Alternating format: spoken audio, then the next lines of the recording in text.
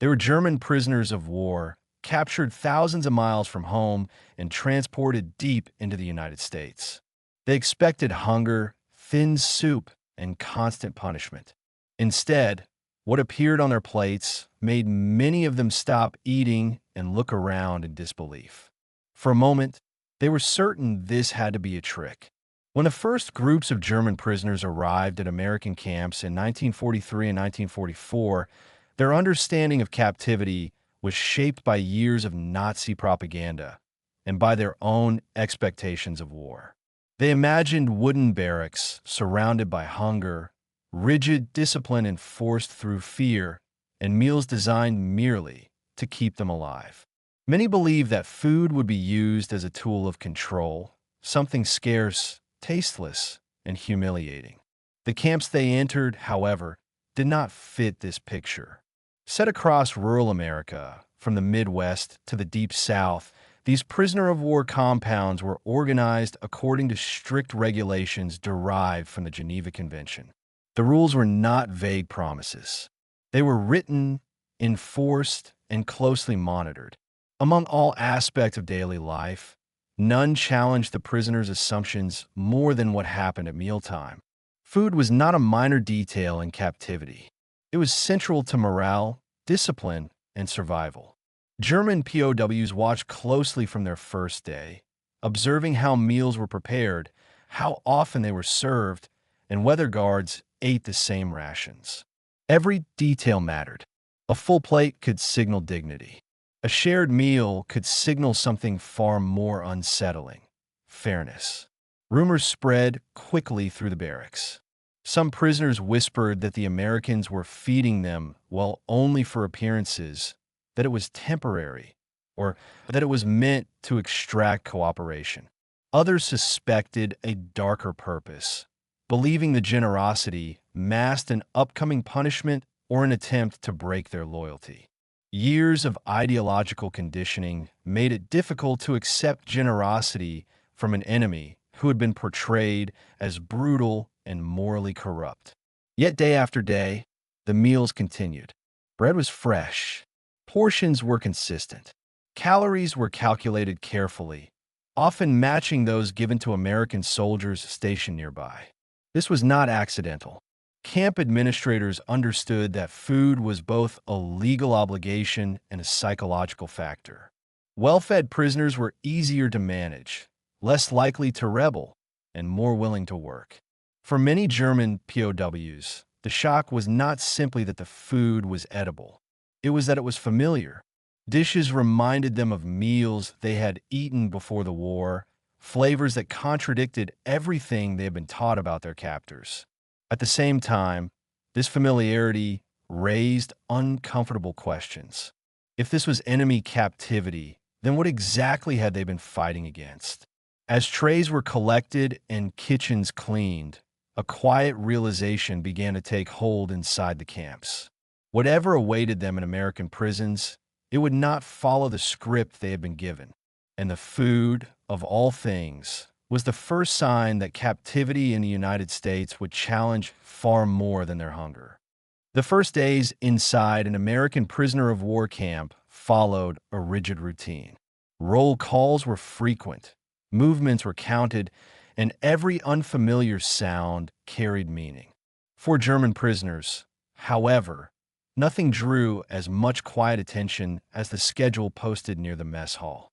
Meal times were fixed, announced clearly, and enforced with the same discipline as any military order. This alone felt unusual. In their experience of war, food was often unpredictable, delayed, or reduced without explanation. Here, it appeared planned. When the doors of the mess hall first opened to them, the scene was carefully observed. Long wooden tables, metal trays stacked neatly, steam rising from large containers. The prisoners moved forward in lines, watched by guards who carried rifles but showed little urgency. No shouting accompanied the process. No defied humiliation. This absence of hostility created unease rather than comfort. Many German POWs had been trained to expect cruelty, and when it did not appear, suspicion filled the gap. The meals themselves were distributed methodically. Portions were measured, not improvised. Bread was sliced evenly.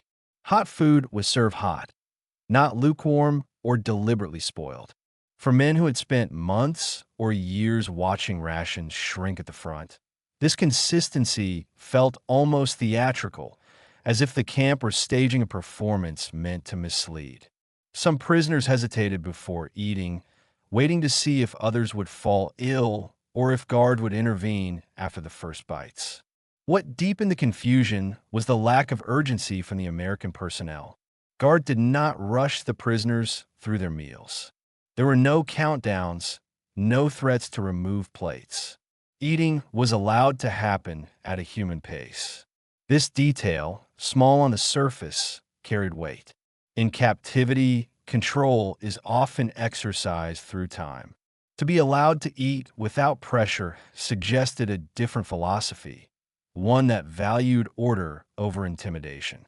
The food itself did not resemble emergency rations. It followed recognizable patterns: starches, vegetables, and meats served together.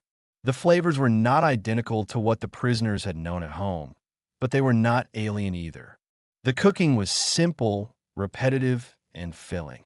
This repetition mattered. It suggested planning beyond appearances.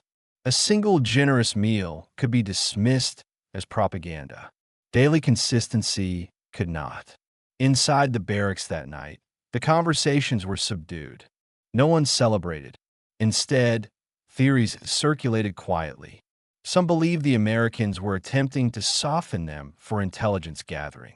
Others suspected that good food was conditional, that would disappear once discipline slipped or resistance appeared.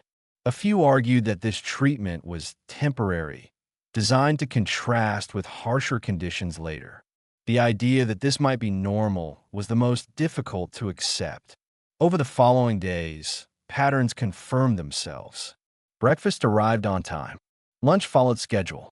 Dinner closed the day with the same reliability. The prisoners began to notice another unsettling detail. Guards ate similar food. Not leftovers, not inferior portions, but meals prepared from the same kitchens. This observation challenged a deeply held assumption. If captors and captives shared rations, then food was not being used as a weapon in the expected way. For the camp administrators, this approach was deliberate. Food was part of a broader system of control built on predictability.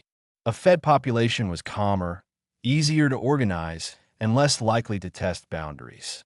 For the prisoners, however, predictability created a different kind of tension. It forced them to reassess what captivity in America meant.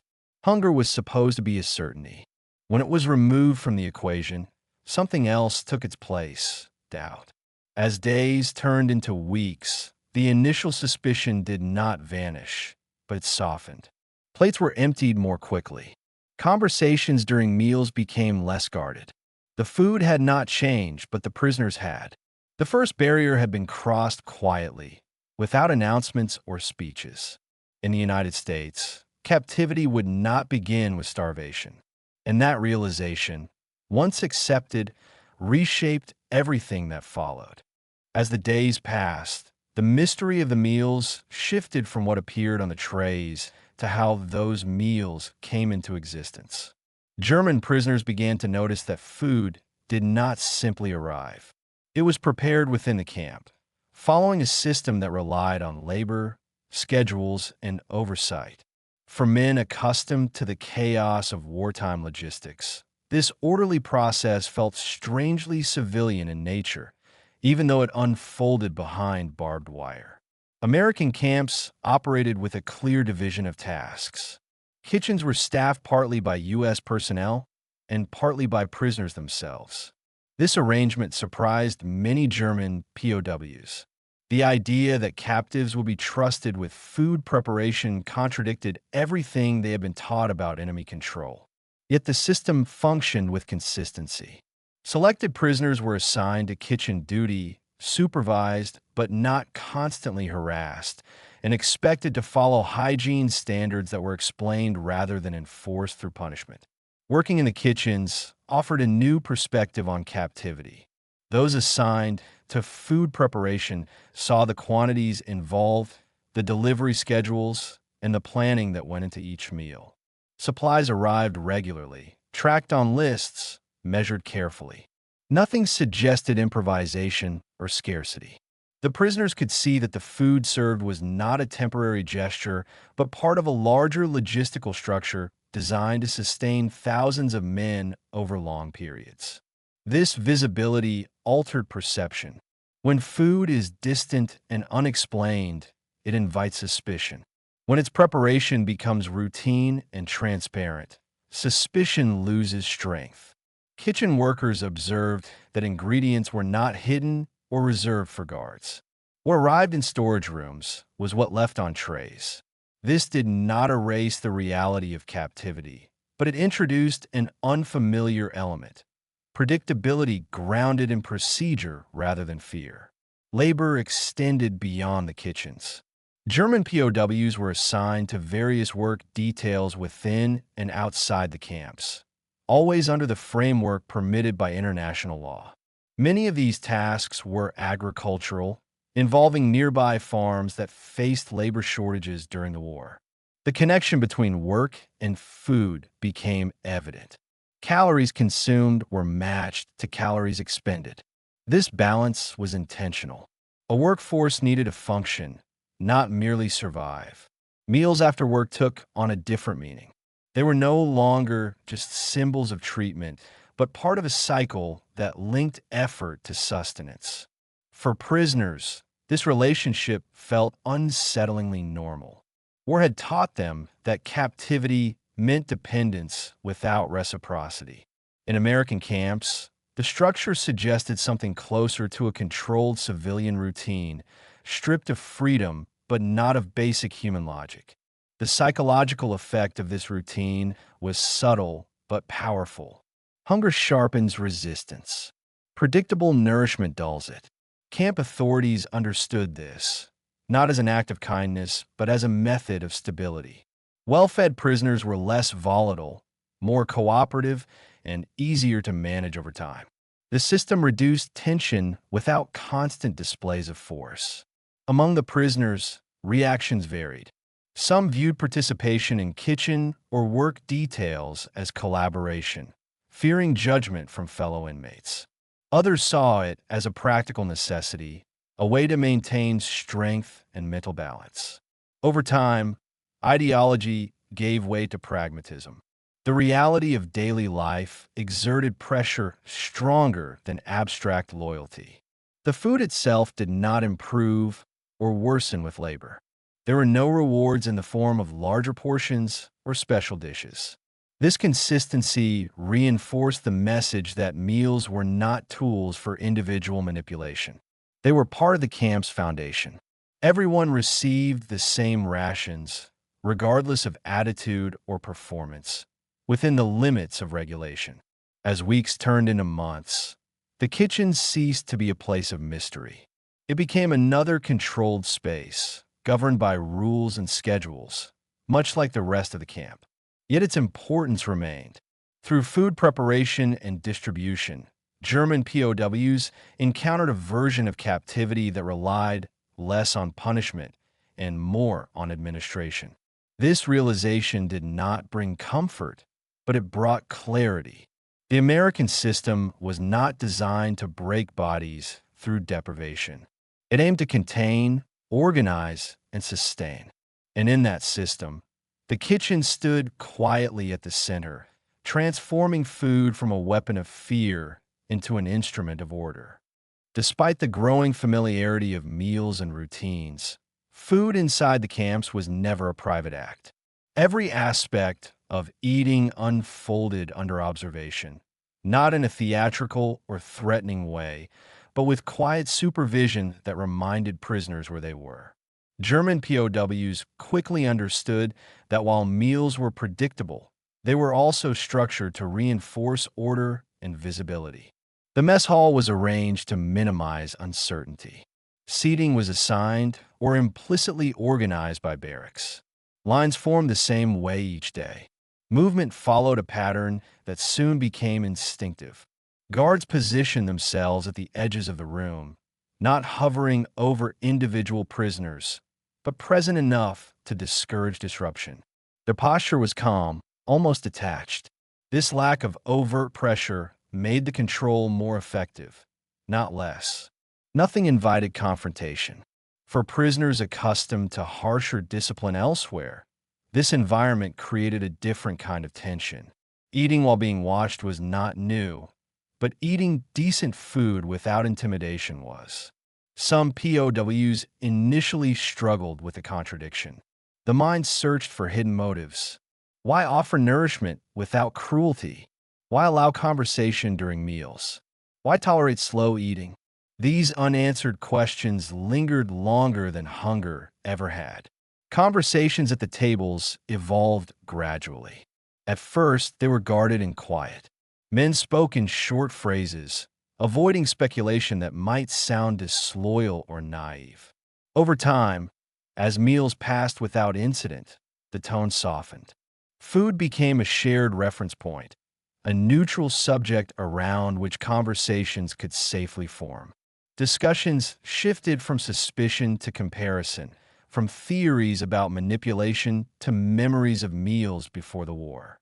The act of eating together also reinforced hierarchy among the prisoners themselves.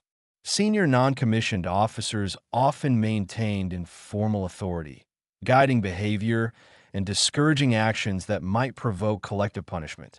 Yet even this internal discipline felt less urgent in an environment where food was not scarce.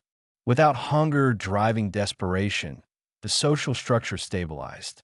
American oversight extended beyond the mess hall. Inspectors, both military and civilian, visited camps periodically to ensure compliance with international standards. Their presence was not hidden from the prisoners. German POWs noticed these visits and connected them to the consistency of their meals. Food was not merely sustenance, it was documentation. Every tray served was evidence that rules were being followed. This awareness changed how prisoners interpreted their situation. Captivity was no longer defined solely by force but by administration. Paperwork, regulations, and schedules governed daily life. Meals arrived not because guards felt generous, but because policy demanded it. Understanding this distinction mattered. It shifted the emotional weight of captivity from fear of arbitrary cruelty to frustration with impersonal systems. Yet observation worked both ways. Guards watched prisoners eat, but prisoners also watched guards. They noted who enforced rules strictly and who did not. They observed whether guards reacted to wasted food or unfinished plates. Over time, patterns emerged. Most guards treated meals as routine, not as leverage. Food was not withheld for discipline, nor increased for compliance. This consistency reinforced the perception that meals existed outside the emotional economy of punishment and reward. The predictability of eating under observation created a paradox. The mess hall became one of the few places where uncertainty diminished. While freedom of movement was limited and the future remained unclear, mealtime offered a stable reference point. This stability had psychological consequences. It reduced anxiety in the short term while deepening reflection in the long term. If captivity could be orderly and humane in one aspect, what did that imply about the larger system? For some prisoners, this realization provoked resentment rather than relief. Being treated according to rules highlighted the contrast with conditions back home, where civilians faced shortages and bombardment. The fairness of American rations stood in silent comparison to the hardship endured by families across the Atlantic. Meals thus became moments of internal conflict, blending gratitude with guilt. By the time prisoners reached the end of their first months in the camps, eating under observation no longer felt threatening. It felt procedural. And in that procedural calm, a deeper understanding took root. The American approach to captivity was not designed to humiliate through hunger. It aimed to maintain control through structure. Food, watched but steady, was one of its most effective tools. As routines settled and the initial shock of captivity faded, German prisoners began to measure their situation not only against expectations, but against memories of home. Food, once simply a question of survival, became a point of comparison that extended beyond the barbed wire. Letters arriving from Europe quietly transformed how meals were perceived inside the camps. Mail was censored and irregular, but it carried fragments of civilian life from a continent under strain. Families described shortages, ration cards, substitute ingredients, and meals reduced to necessity rather than choice. These descriptions stood in sharp contrast to what many prisoners experienced daily in American camps. The disparity was unsettling. Captivity was supposed to represent loss. Yet in this one aspect, conditions appeared more stable than those endured by loved ones at home. This awareness introduced a moral tension that had little to do with loyalty or ideology. It was deeply personal. Sitting before a full tray while imagining parents or spouses stretching limited rations forced prisoners into uncomfortable reflection.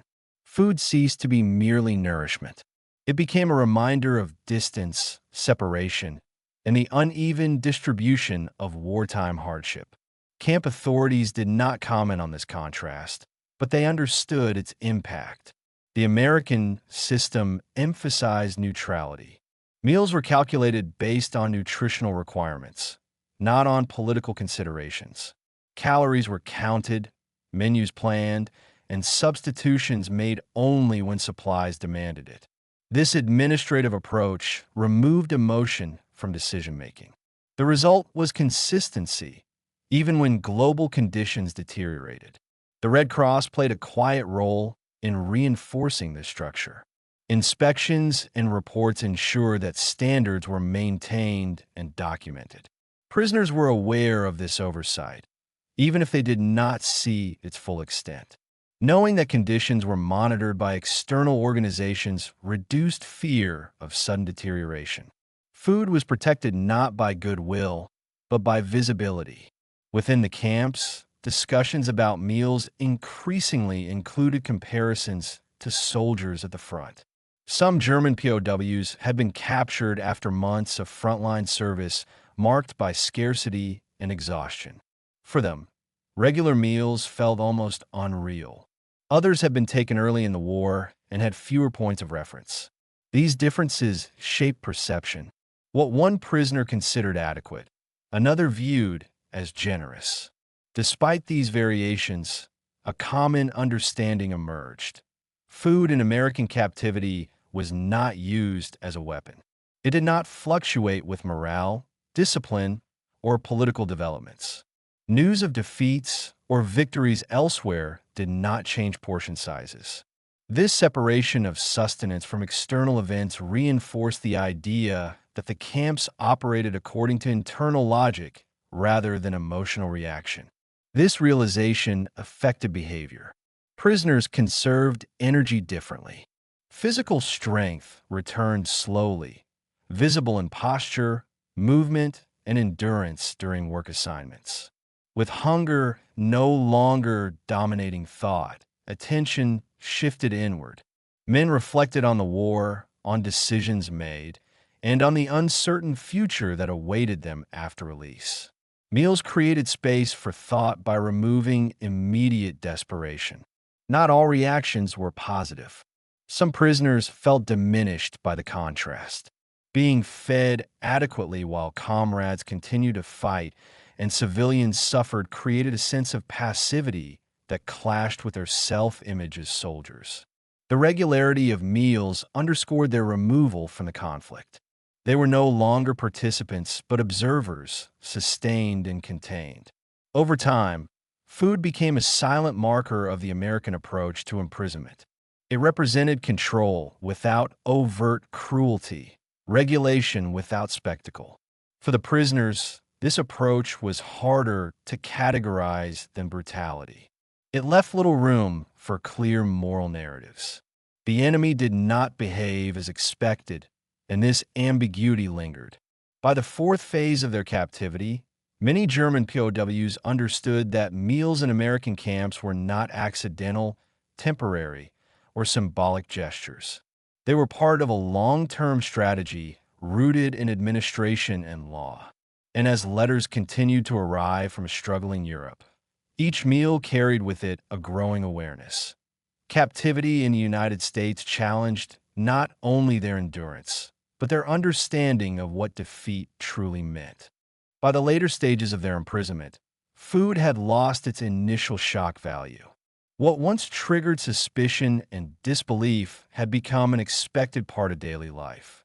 For many German POWs, this shift marked a quiet turning point. Meals no longer felt like symbols of enemy control. They had become routine, almost invisible, woven into the background of camp existence. This change did not happen suddenly. It emerged gradually as repetition replaced doubt. Breakfast arrived each morning. Lunch followed work details. Dinner closed the day with dependable regularity. Over time, prisoners stopped watching their trays as closely. They no longer searched for signs of manipulation or hidden intent. The absence of change itself became the message.